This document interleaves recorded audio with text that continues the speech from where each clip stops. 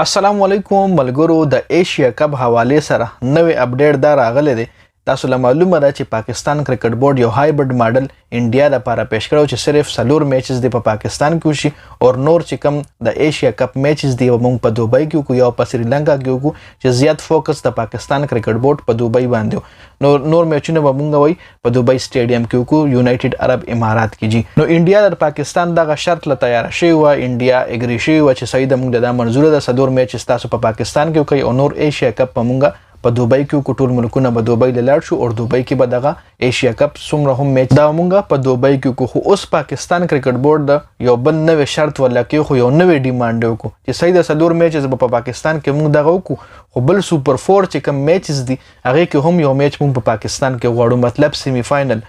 فائنل هم مونږ یو په پاکستان کې لاهور کې غواړو چې یو سیمی فائنل دی هم په پاکستان کې وشي، په لاهور کې وشي. په دې باندې انډین میډیا چې کوم دای په ډېر سخت اکشن اخیستل چې نه موږ دا نه منو چونکه یو شرط مو ومنلو چونکه دا چې کوم ایشیا کپ میزبانی چې کوم دا پاکستان سره فل اتھارټي د چې هر ځای کوي او چونکه انډیا منی نه غي پکې مختلف قسم مسالې رو باسنو په دې وجه باندې پاکستان ولا لګ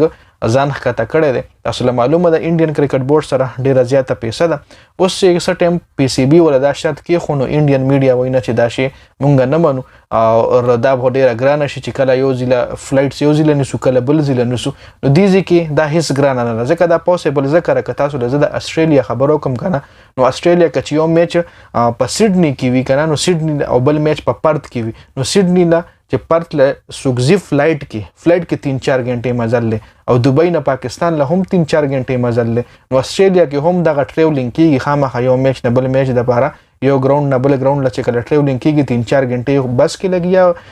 فلایټ کې وو لګي نو دا څه مشکل نه ده. خو انډین میډیا دا نه غواړي چې سیمی فائنل په پاکستان کې وشي چونکه پاکستان ولا دا ډیماند کې خلې ده او دا پوسیبل هم ده لکه دې کې هیڅ شک نشته. کوس انډین میډیا وایي چې نه براډکاسټر مسله ده او ستار سپورت والا وایي چې نه موږ نه منو موږ به ایشیا کپ چې کوم میچز دي موږ به ټول سیټ اپ په دوبۍ سټیډیم کې وکړو بیا پاکستان له موږ سیټ اپ نشو وړو نو دا هم پوسیبل ده. د پاکستان میچز که تاسو وګورئ نو دا سونی نیټورک والا یا ستار سپورت نیټورک والا چې کوم دی په انډیا کې خیسه میچز داسې وي چې هغه یې الته شو کوي. نو پاکستان کې هم ټیکنیکل انجینیر شته دی چې هغه دا میچز په ستار سپورت نیټورک له ستار سپورت نیټورک له د خپل سیټ اپ وړلو ضرورت نشته. پاکستان سره چې کوم د براډکاسټر سیټ اپ ته په هغه باندې دا ستار سپورت چینل باندې دغه میچ چلیدي شنو دغه بهانه هم آی نشو کولای شي د جواب هم پی سی بي سره شته دی او چونکه هی دا ټریولینګ باندې کوي ټریولینګ هم دغه جواب دی چې دا کم جواب د لما درکو چې استرالیا مثال مې د درکو چې کله استرالیا کې ورلد کپ نو چې یو میچ په سیډنی کې شو بل میچ په پرت کې وي نو 3-4 غنټې مزل لري سیډنی او د پرت او بل انډیا کې هم داسې خارونه شته چې یو خار نه ته بل خار لفلټ کې زینو غنټه نیمه دی لګي نو دوبۍ او پاکستان سره دومره غټ ډیسټنس خو نه 3 غنټې فلایټ دی 2.5 غنټې فلایټ دی هغه سایډ نه چې پاکستان نه چې دوبۍ درازي نو 3 غنټې دی دوبۍ نه چې پاکستان نه زینو تقریبا 2 غنټه 40 منټ یا 2 غنټه 30 منټ دا فلایټ ته جی او چې بیا کله خپل مطلب چارټر فلایټ وي